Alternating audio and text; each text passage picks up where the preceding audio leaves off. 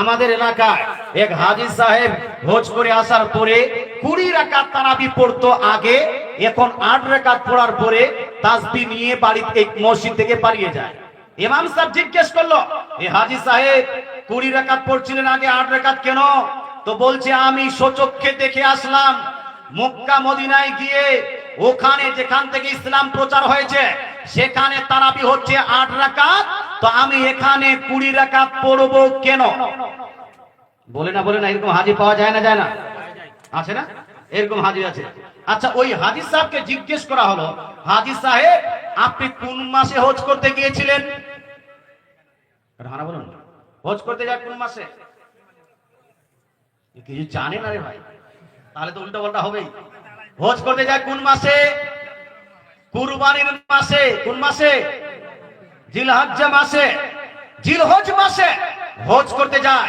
সেখানে হজ হয়, কুরবানি হয়। আর তারাবি হয় কোন মাসে? বলুন না বাবা। অন্য মাসে কি তারাবি পড়া যাবে?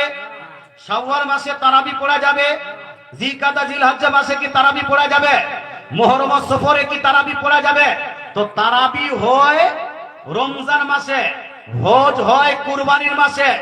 2 মাসের মধ্যে কমসে কম 2 মাস আপনার 10 দিন ডিফারেন্স।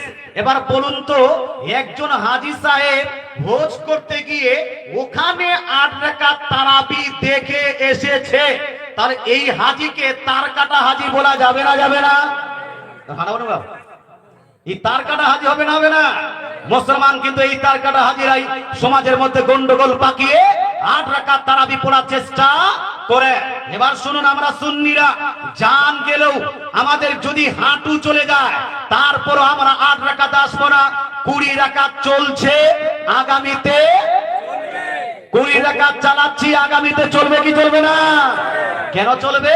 হাদিস শুনুন, এই হাদিসটি লিপিবদ্ধ আছে ইমাম মুসলিমের ওস্তাদ ইমাম ইবনে আবি শাইবা মুসান্নাফ ইবনে আবি শাইবার মধ্যে হাদিসটি নকল করেছেন এইভাবে, আন ইবনে আব্বাস রাদিয়াল্লাহু তাআলা আনহু, আব্দুল্লাহ বিন আব্বাস রাদিয়াল্লাহু তাআলা আনহু থেকে বর্ণিত হাদিস।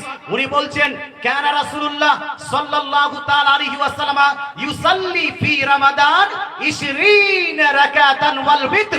অর্থাৎ আব্দুল্লাহ বিন আব্বাস রাদিয়াল্লাহু তাআলা আনহু বলছেন যে আমার নবী, আপনার নবী, দয়ার নবী, মায়ের নবী রমজান মাসে 20 রাকাত তারাবি আদায় করতেন। জোরে বলে সুবহানাল্লাহ। কত রাকাত ভাই? নবী পড়তেন কত রাকাত? তো আমরা পড়বো কত রাকাত? হে মুসলমান।